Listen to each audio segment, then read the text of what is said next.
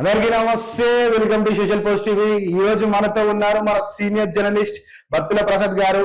అయితే మన ఇండస్ట్రీలో మన జరుగుతున్న సినిమాల గురించి మన కోసం వివరించడానికి వచ్చారు.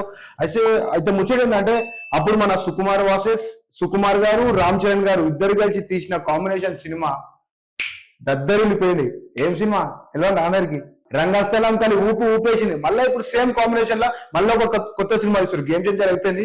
ఇప్పుడు ఈ సినిమా గురించి, కొత్త సినిమా గురించి ఎలా ఉండబోతుంది, ఎలా ఉంటుంది అని చెప్పేసి మన పెద్దవారు, మన సీనియర్ జర్నలిస్ట్ గారి మాటలతో మనం తెలుసుకుందాం. నమస్కారం సార్. నమస్తే సార్. ఇప్పుడు మొత్తం ఇండస్ట్రీ అంతా ఊగిపోతుంది. మొత్తం అటొక సినిమా ఇటొక సినిమా. అప్పుడు 10 సంవత్సరాల కింద రంగస్థలం ఎట్లా ఊపేసిందో అందరికి తెలిసిందే సినిమా. ఇప్పుడు same combination Sukumar versus Ram Charan, Sukumar ఇంకా రామ్ చరణ్.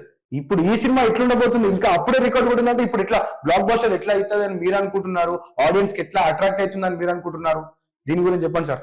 అసలు ఇద్దరు పాలింటి స్టార్సే. అవును. రామ్ చరణ్ RRR తో అదేదో ఆస్కార్ రంగ పోయించాడు.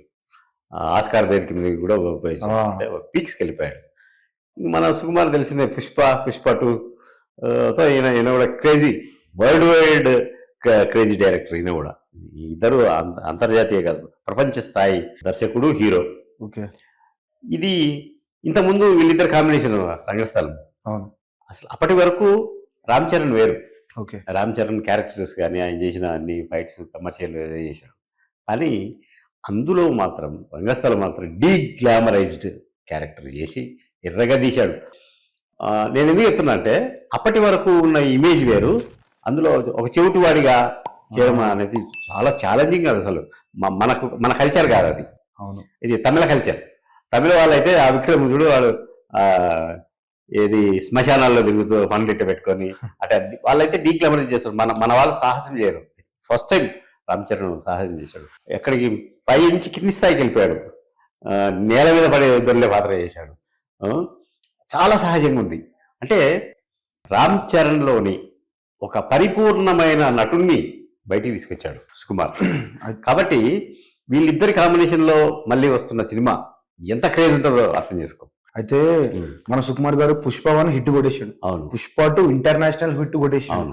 అయితే ఇప్పుడు మన రామ్ చరణ్ గారితోనే ఇంకా మనం అనుకున్న దానికన్నా ఎక్స్ప్రెషన్స్ ఎక్కువతో తీస్తారని మీరు ఎంతవరకు అనుకుంటున్నారు? ఖచ్చితంగా తీస్తారు. అంటే స్టెప్ బై స్టెప్పే కదా.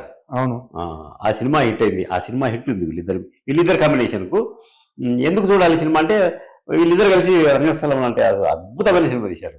దాని తర్వాత ఆయన సినిమాలు ఆయన చేసుకున్నాడు, ఈయన సినిమాలు ఏం చేసుకున్నాడు, గ్యాప్ వచ్చింది. కానీ వీళ్ళిద్దరు కాంబినేషన్లో సినిమా వస్తే మళ్ళీ చూడాలని ప్రేక్షకులు, సినిమా ఇండస్ట్రీ, సినిమా వ్యాపార రంగము, అంటే మంచి సినిమా వచ్చిందనుకో మంచి వ్యాపారం జరుగుతుంది కదా. ప్రేక్షకులు వినోదాన్ని కోరుకునే ప్రేక్షకులకు మంచి వినోదం దొరుకుతుంది. కాబట్టి వాళ్ళ కాంబినేషన్ చూస్తున్నారు. అయితే ఇప్పుడు తాజాగా వస్తున్న వార్తల ప్రకారం వీళ్ళిద్దరు కాంబినేషన్లో స్క్రిప్ట్ రెడీ అయింది, అంతా సెట్స్ మీదకి పోవాలి. కానీ హీరోయిన్ ఎవరైతే బాగుంటుంది అనే దగ్గర మల్లగుల్లాలు పడుతున్నట్టు ఉన్నారు. ఈ హీరోయిన్ పెట్టుకుందామా, ఆ హీరోయిన్ పెట్టుకుందాం, కొత్త వాళ్ళని ఇద్దామా అంటే, రంగస్థలం కూడా హీరోయిన్ది చాలా మంచి క్యారెక్టర్. సూపర్. సుకుమార్ సినిమాల్లో హీరోయిన్ కు ప్రాధాన్యం ఉంటుంది. ఒక మంచి ఏది సాంగ్ ఏమంటారు దాన్ని, హాట్ సాంగ్ కూడా ఉంటుంది ఆయన సినిమాలో. ప్రతి సినిమాల్లో ఒక ప్రత్యేకమైన పాట ఉంటుంది. అలాంటి ఒక పాట, ఒక మంచి హీరోయిన్. అంటే సినిమా బాగా రావాలంటే ఈ అంశాలన్నీ దోహదపడతాయి. ఆ అంశాల కోసమని ఇప్పుడు హీరోయిన్ కోసం వెతుకుతున్నారు. ఆ అదృష్టం, ఆ అవకాశం ఎవరు కొడతారో మనం వేసిద్దాం. Okay sir, thank you very much. మన నెక్స్ట్ రాబోతున్న సినిమా రంగస్థలం తర్వాత మన సుకుమార్ గారితో, రామ్ చరణ్ గారితో వచ్చే సినిమా కోసం మీరు కూడా చూస్తూనే ఉండండి సోషల్ పోస్ట్ టీవీ. అప్డేట్ కోసం subscribe, like and share. Thank you.